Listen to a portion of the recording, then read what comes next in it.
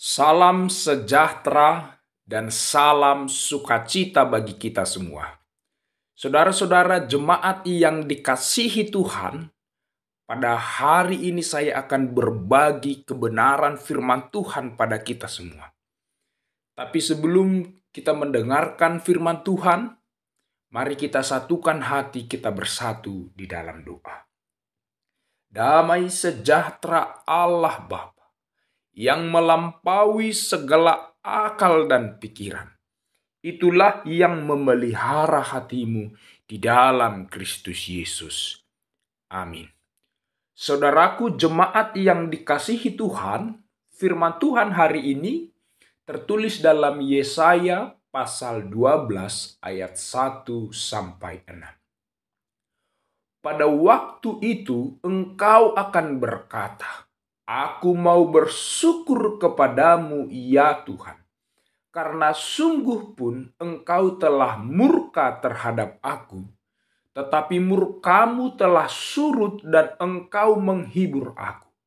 Sungguh Allah itu keselamatanku. Aku percaya dengan tidak gementar, sebab Tuhan Allah itu kekuatan dan mazmurku. Ia telah menjadi keselamatanku.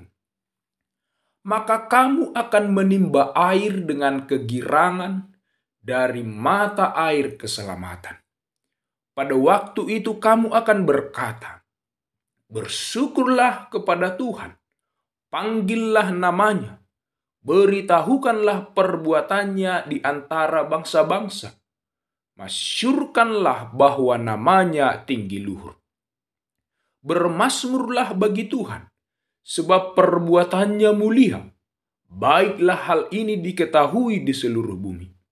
Berserulah dan bersorak-soraklah, hai penduduk Sion, sebab yang Maha Kudus Allah Israel agung di tengah-tengahmu. Amin. Saudara-saudara jemaat yang dikasihi Tuhan Yesus Kristus, ada sebuah cerita seperti ini. Ada dua orang kakak beradik yang sehari-harinya bekerja sebagai nelayan. Suatu hari mereka mencari ikan untuk dijual dan hasil penjualan tersebut digunakan untuk mencukupi kehidupan mereka sehari-hari. Mereka pergi jam 12 malam, tetapi hingga jam 12 siang mereka belum juga mendapatkan ikan seekor pun. Lalu si kakak berdoa, "Ya Tuhan, kami sudah mencari ikan dari tadi, tetapi tidak ada satu ikan yang kami dapat. Berilah kami ikan Tuhan. Saya berjanji, kalau saya dapat ikan, akan kami jual ke pasar dan uangnya saya sumbangkan ke gereja." Amin. Setelah si kakak berdoa, jaring mereka yang dari tadi kosong akhirnya mendapatkan ikan yang banyak. Tetapi si adik langsung berbicara kepada kakaknya, "Kakak, kalau uangnya dikasih ke gereja, kita mau makan apa?" Sambil berbisik, si kakak menjawab, "Tenang aja kau, saya cuma tipu Tuhan saja." Setelah si kakak berkata demikian, ikan yang tadinya sudah dapat lepas semuanya. Tidak hanya itu, melainkan datang angin tornado yang menghancurkan sampan mereka.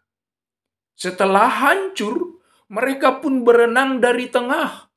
Setelah sampai di tepi, belum juga mengambil napas, sudah datang lagi angin tornado yang langsung menghancurkan gubuk mereka. Maka dengan sedih si kakak berkata, "Ya Tuhan, masalah di laut jangan dibawa-bawa ke darat.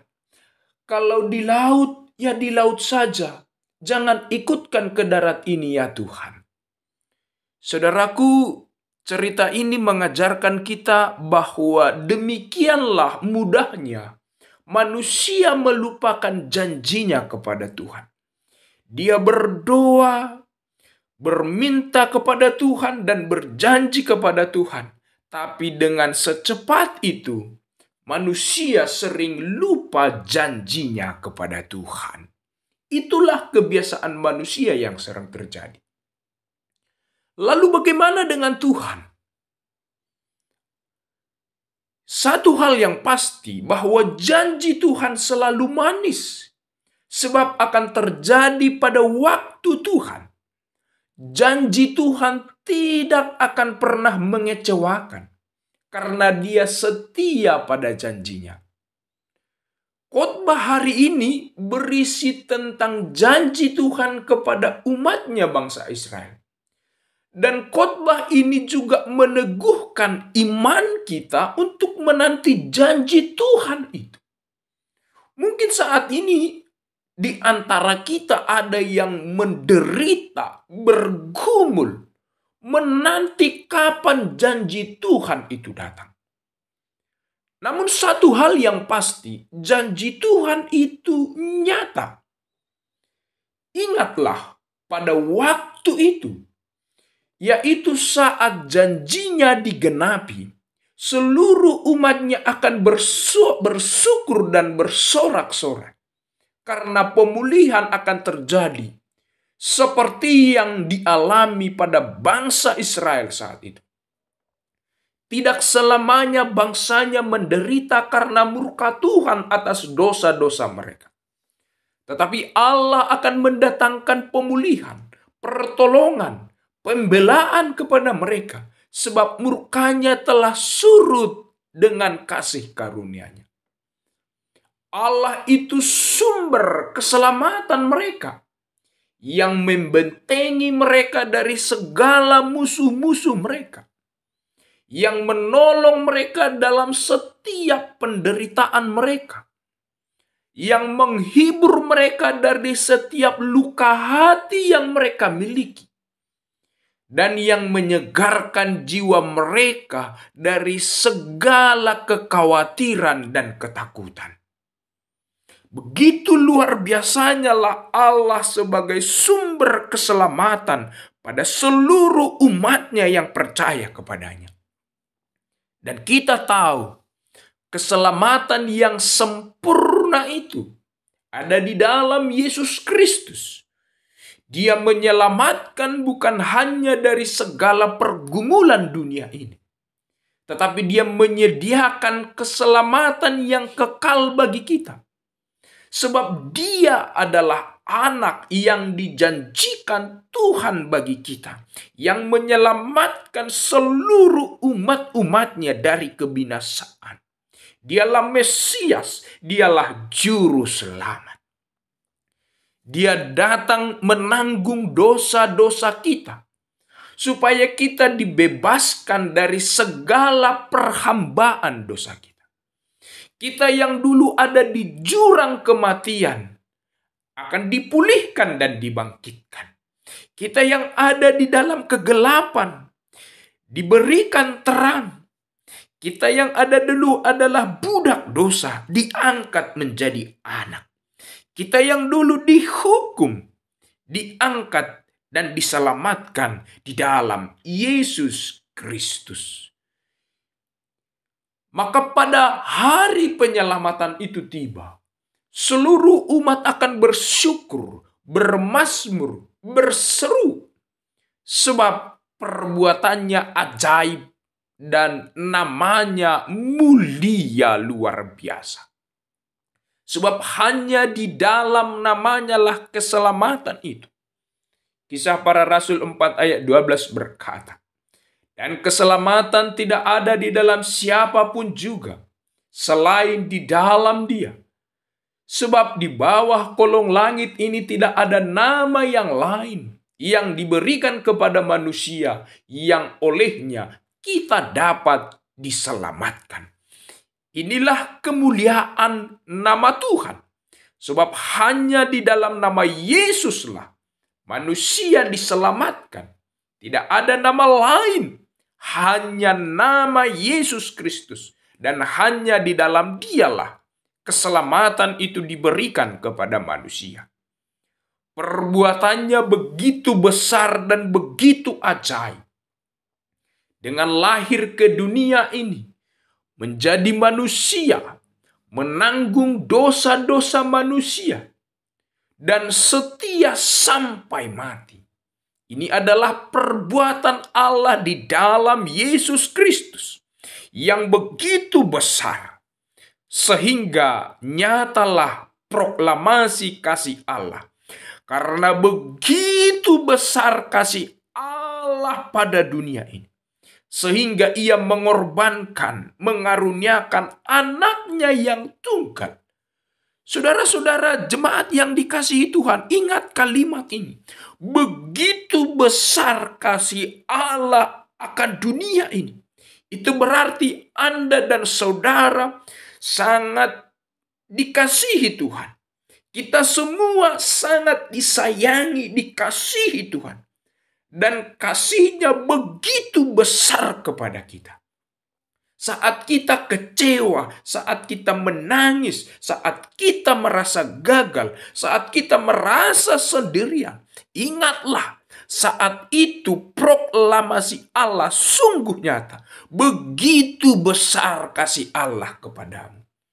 Jangan ragukan kasih Tuhan. Jangan ragukan janji Tuhan. Kasih Allah itu begitu besar. Oleh sebab itu, segala luka, tangis, kekecewaan dalam hatimu akan terobati di dalam Yesus Kristus. Karena dalam hal yang paling besar saja, Dia sudah menolong kita. Apalagi dalam pergumulan kita sehari-hari, Dia pasti ada. Dan janjinya iya dan amin. Oleh sebab itu bersorak-soraklah saudaraku. Dalam penantian akan janji Tuhan itu. Bersorak-sorak bukan hanya sekedar mengeluarkan kata-kata dari mulut.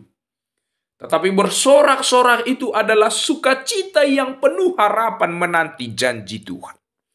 Bersorak-sorak didasarkan pada keyakinan iman. Bahwa janji Tuhan pasti. Bahwa apa yang dikatakan Tuhan iya dan itu akan terjadi. Dan itulah yang mendorong kita bersorak-sorak, bersukacita di masa-masa penantian.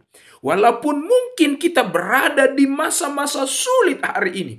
Tapi kita mampu bersorak. Sebab iman kita yakin bahwa janjinya akan pasti datang untuk membebaskan, memulihkan, menyelamatkan kita. Maka hapuslah air matamu. Hapuslah kesedihanmu. Hapuslah segala luka dalam hatimu melalui kasih Yesus. Sambutlah Kristus. Izinkan Dia masuk di dalam hatimu. Izinkan Dia memimpin hatimu. Maka sukacita tetap ada di dalam hatimu.